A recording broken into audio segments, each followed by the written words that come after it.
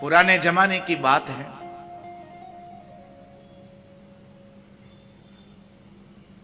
कच्ची सड़क, बहुत पैसे वाले लोग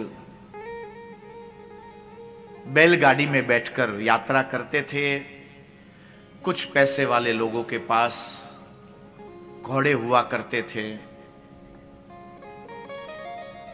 बाकी सामान्य लोगों के पास वही पैदल यात्रा करना। कुछ मुट्ठी भर लोगों के पास यह सुविधा, बाकी तो पूरा समाज। यहां पर जो बुजुर्ग लोग बैठे उन्होंने तो उस दौर को शायद थोड़ा बहुत देखा भी होगा, अनुभव किया होगा।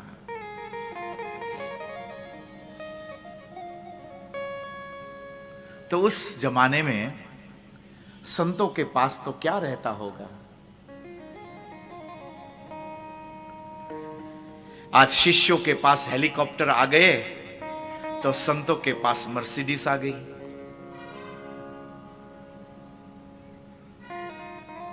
मुस्कुरा दो प्यारो, जो जीवन में संवाद ला दे तो समझना कि आप सदगुरु के पास हो। जल्दबाजी मत करिए।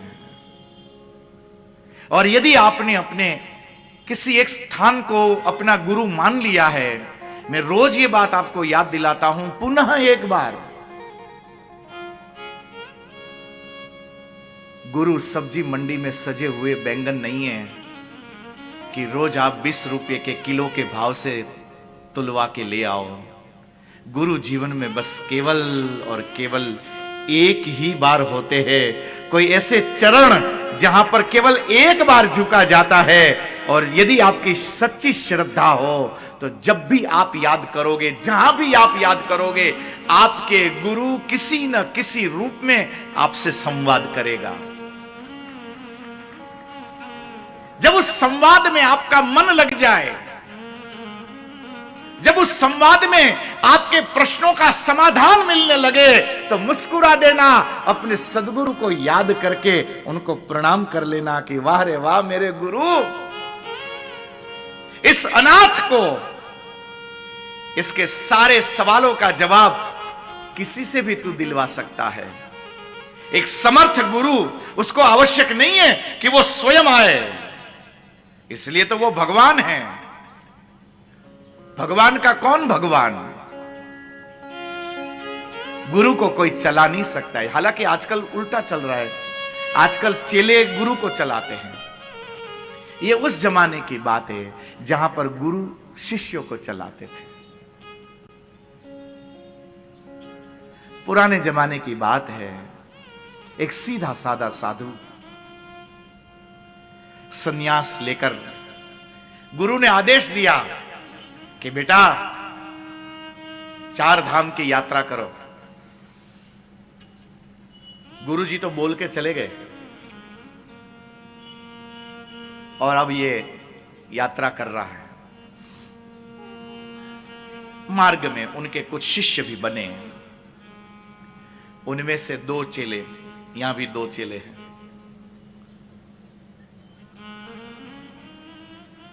दो चेले उनकी सेवा में लगे,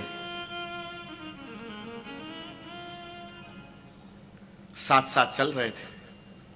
पुराने जमाने में राजा महाराजा अपने देश में 8-10 किलोमीटर के बाद सराय बनाते थे, ताकि यात्री थका मांदा वहां पहुंचे तो उस सराय में स्नान कर सके, वहां रह सके, रात्रि विश्राम कर सके।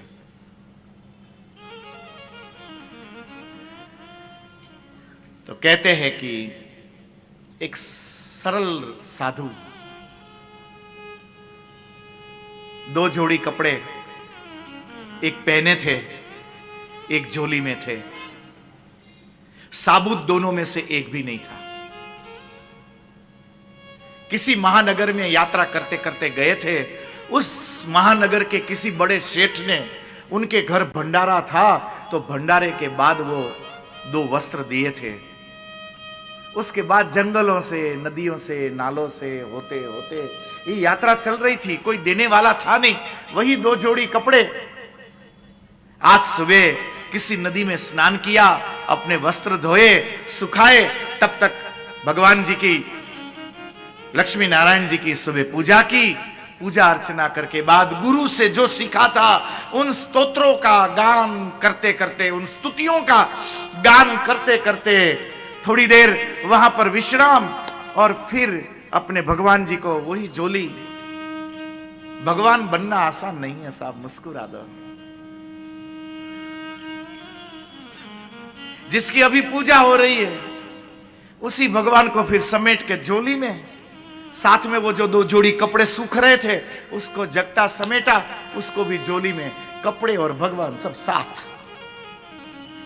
और बाबा ने वो जोली कंधे पर लगाई, निकले यात्रा के लिए। 10, 12, 15 किलोमीटर चले। रात्रि विश्राम के लिए एक सराय आई, इस सराय में रात को सोए। अब साथ में कुछ था तो नहीं, तो जो ऊपर ओढ़ा था उसी को बिछा दिया, और वो जो ओढ़ा हुआ था कपड़ा, उस कपड़े के नीचे वो जो 2 चप्पल पहन के, 2 ही चप्पल तो होती है, तो वो चप्पल पहन के जो निकले वही चप्पल सिराने पर रख के उसके ऊपर कपड़ा ऐसा ढक के सो जाते थे। 2 फायदा, एक तो सिराना हो जाता था, दूसरा सराय, रात को सोए रहो और कोई चप्पल उठा के ले जाए तो। और वो फैशन आज भी नहीं गई है, तो कोई लेकर न जाए इसलिए वो सिराने पर ऐसे रख के सोते थे। पर गुरु की साधना शिष्य के लिए वरदान होती है। गुरु जितने मंत्रों का जप करते हैं, उसने तो पा लिया है परमात्मा को, अब उससे क्या पाना। उनके द्वारा जो मंत्र जपे जाते हैं वो शिष्यों को काम आते हैं। और ऐसा एक सरल साधु जो नित्य त्रिकाल संध्या करता है, यात्रा करता है, ऐसा एक सीधा सच्चा साधु, दोनों शिष्य, और कहते हैं कि सेवा करते रहते थे। एक दिन उस साधु की तबीयत खराब हुई, बीमारी का पता लग नहीं रहा था, डॉक्टर मिल भी नहीं रहे थे, डॉक्टर होते भी नहीं थे उस समय। जितनी औषधियों का पता था वो लेके देख ली, पर कुछ ठीक हुआ नहीं। एक सरोवर के किनारे 3-4 दिन से रुके थे, और अब उस साधु को लगा कि शायद मुक्ति के मार्ग का वो किनारा आ चुका है जहां भगवान उसका इंतजार कर रहा था। दोनों शिष्य को बुलाया, बेटा। दोनों के माथे पर हाथ फेराते हुए उस साधु ने कहा कि बेटा, मैं मेरे राम से प्रार्थना करता हूं कि आप दोनों का संसार में बहुत बड़ा नाम हो। कल आप भी चले जाओगे। यदि आपको मेरी याद आती हो तो अब जिंदगी में कभी किसी का अपमान मत करना, हो सके तो किसी की मदद करना। दोनों रो रहे थे, और उतने में तो उनके गुरुजी इस संसार को छोड़कर चले गए। पर गुरु के वचन, गुरु के वचन, जब गुरु कोई शब्द बोलते हैं तो उनके वचन को सत्य प्रमाणित करने के लिए स्वयं राम को रोज दौड़ना पड़ता है। तो गुरु के इस वचन को पूर्ण करने के लिए स्वयं परमात्मा उन दोनों के पीछे लग गए। और कहते हैं कि वो यात्रा कर रहे थे और एक राजा मिले। दोनों समधी थे और गुरु को ढूंढ रहे थे। तय किया कि एक अच्छे गुरु मिलेंगे, उसके बाद हम अपने बेटे और बेटी का विवाह करेंगे। और ये दोनों पहुंचे, बोले गुरु मिल गए। दोनों के अलग अलग राज्य, और दोनों अलग अलग राज्य के राजगुरु बने। बड़ा वैभव पाया। आश्रम क्या कहोगे, वो एक बहुत बड़ा राजमहल था दोनों का। असंख्य नर नारी अहोरात्रि उनकी सेवा करने के लिए तत्पर रहते थे, खड़े रहते थे। और दोनों उन राजाओं के गुरु बने। गुरु ने जो जो जो वरदान दिए थे वो अक्षरशः उतर गए। पर कभी कभी वैभव आता है ना, तो अपने ही छूट जाते हैं। ये दोनों गुरु भाई उसी दिन मिले थे जब उन दोनों को गुरु मंत्र दिया था। उसके बाद दोनों के राज्य अलग अलग, कभी मिलने का अवसर ही नहीं मिलता, इतनी व्यस्तता। एक दिन छोटे गुरु भाई ने मन में विचार किया कि गुरु जी का मन था कि एक बार द्वारिका के दर्शन करके आऊं, तो लाओ आज वैभव है, दर्शन करते आते हैं और मार्ग में बड़ा गुरु भाई भी मिल जाएगा, उनसे भी 2 मिनट मुलाकात हो जाएगी, कभी मिले नहीं है। रथ जोड़ा, सब सेवक साथ दौड़े और वो यात्रा उसने आरंभ की। और कहते हैं कि वो अपने बड़े गुरु भाई के पास पहुंचा। जैसे उसको पता चला कि छोटा गुरु भाई आया है, वो तो राजी हो गया, नाचने लगा, बोले जल्दी करो, दौड़ो। स्वागत के लिए द्वार पर पहुंचा और भव्य स्वागत हुआ उसका। सुवर्ण मंडित रथ के ऊपर रत्न जटित छत्र को लेकर स्वयं उसका गुरु भाई उसके स्वागत के लिए, अगुवाई के लिए खड़ा था। दरवाजे पर केसर का तिलक किया, अक्षत चढ़ाए, पुष्पों की माला और पुष्प वर्षा से स्वागत किया और रत्न जटित उस छत्र के नीचे सुवर्ण मंडित उस रथ के अंदर उसको बिठाया और दोनों गुरु भाई यात्रा उसके निवास तक गई। भव्य महल,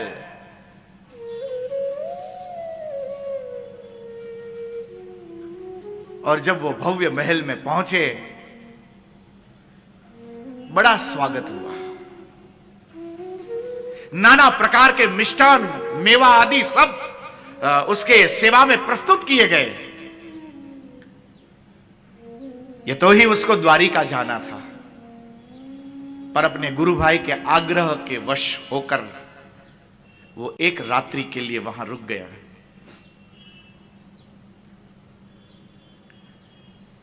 कहते हैं कि मलमल के बिछौने, विशाल कक्ष, शयन कक्ष, जहां गुलाब की सुगंध आ रही थी, उस आश्रम का नियम, वो वहां जो रहता था,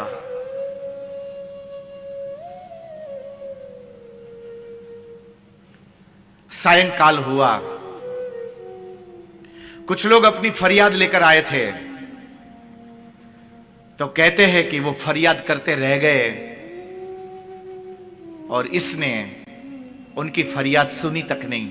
बोले आपको पता होना चाहिए कि आज मेरा गुरु भाई यहां मेरा मेहमान है, रोज यही तो करता हूं, आज एक दिन यदि तुम लोग ना आओ तो नहीं चलता, कल आना। रोते गिड़गिड़ाते हुए वो वापस चले गए। वो देख रहा था गवाक्ष में खड़ा होकर। रात्रि हुई, सुंदर कक्ष में जब वो शयन के लिए गया तो एक सेवक सुवर्ण की थाली में वो जो पादुका पहनकर आया था, वो पादुका लेकर आया। गुरुदेव, आपके सिराने पर ये पादुका रख दूं? बड़ी विनम्रता से उसने पूछा। तो उस साधु ने कहा कि क्यों ऐसा करना भाई? बोले आपके गुरुजी का नियम था ना कि वो जब सोते थे तो सिराने पर अपनी पादुका रखकर सोते थे। बोले हां। तो बोले क्या अब आप नहीं करते? वो साधु मुस्कुराया, बोले मेरे गुरु तो सराय में सोते थे, ये क्या सराय है? ले जा, रख दे। और वो सो गया। दूसरे दिन सुबह हुई, बड़ा नाराज, मानो कि दिग्विजय करके आया हो, ऐसा उसका गुरु भाई बड़ा घमंड लेकर आया। क्यों रे? गुरु कृपा से, सुनिएगा ध्यान से, क्यों रे? गुरु कृपा से आज तुझे इतना वैभव मिला, इतने दास दासी तेरी सेवा में भूल गया। हमारे गुरुजी पादुका को सिराने रखकर सोते थे। उसने विनम्रता से वही जवाब दिया, क्यों तू भूल गया? हमारे गुरुजी तो कभी किसी महल में नहीं गए, तो किसी सराय में, किसी नदी के किनारे, किसी पेड़ के नीचे खुले में सोया करते थे, किसी पत्थर पर सोते थे। तो फिर ये रत्नजटित महल क्यों? गुरु ने क्या किया था, इस पर विवाद करना अच्छा नहीं। गुरु के नाम पर विवाद मूर्ख लोग करते हैं, जिन्होंने गुरु को पहचाना नहीं, जिन्हें गुरु कृपा को कभी पाया नहीं। केवल गुरु को धारण करने का अहंकार उसने अपने गले में माला के रूप में, रुद्राक्ष के रूप में डाला था। ऐसे अहंकारी शिष्य गुरु के ही नाम का एक विवाद खड़ा करते हैं। पर जिसने सच में अपने गुरु को पाया हो, जिसने सच में अपनी गुरु की पादुका को पहचाना हो, जिसने सच में अपने गुरु चरण रज को अपने मस्तक पर धारण किया हो, वो इस प्रकार के विवाद में नहीं जाता है, क्योंकि गुरु का संदेश विवाद का नहीं होता है। गुरु का संदेश संवाद के लिए होता है। उस शिष्य ने कहा कि हमारे गुरुजी ने जाते जाते कहा था कि बेटा जिंदगी में कभी किसी को धक्का मत देना। तो कल वो कुछ लोग रोते रोते आए थे, तूने क्यों वापस भेजा?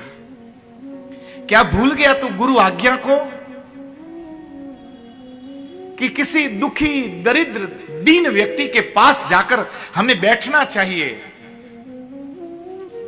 यही एक साधु का धर्म है।